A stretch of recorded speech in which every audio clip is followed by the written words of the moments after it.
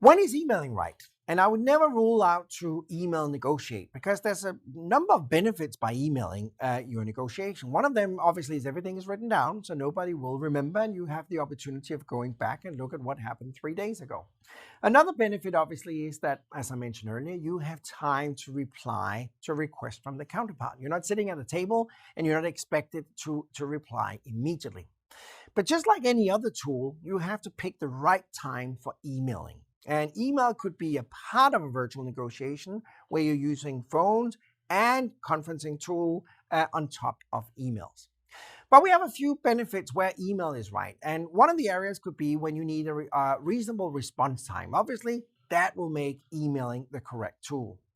When you need to involve the correct stakeholders, and there may be a number of stakeholders, it is a great tool as well. So when you need to negotiate or at least communicate to a number of people, both in your own camp and the counterpart's camp, it makes sense to involve emails as well. But please be aware that your counterpart's culture around emailing may not be the same as yours. So back to what I said earlier, you need to early on, even before you start negotiating, you have to negotiate on how to negotiate, rules of the game. Then we also know that the likelihood and risk of us lying or bluffing is increasing the more we go virtual. So that means in a video conference, we will be bluffing and lying less than in a phone call, and a phone call will be lying less and bluffing less than we would in emailing. So the further we get away from each other, the more the likelihood or risk that we will increase lying and bluffing.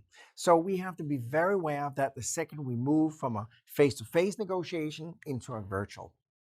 We also need to be very clear about our transparency. It is even more important that you are transparent in a virtual negotiation. It is even more important that you're willing to explain and accept what it is that a benefit would give you and what kind of cost a certain variable will generate for you as well. I believe we are moving towards a world where the zero-sum game will be more or less eliminated because the smart techniques out there is not long-term. It's not long-term when you're just winning at the expense of the counterpart right now, but long-term is that the counterpart might be losing, and the effect of that would be eventually that you'll be losing as well. So think about your transparency in the virtual negotiation as well. And don't use social media for negotiation. It's not a good place. It's not the right forum. Some negotiators in this world believe that taking negotiation out in public might benefit them. I don't believe in that. So stay away from social media in general. As I mentioned already, eliminate argumentation. Argumentation is deadly the second you have virtual negotiation, and don't mix different mediums. That means if you are staying with email, don't jump from email to text services to WhatsApp or whatever you got out there. Just stay on one technology platform.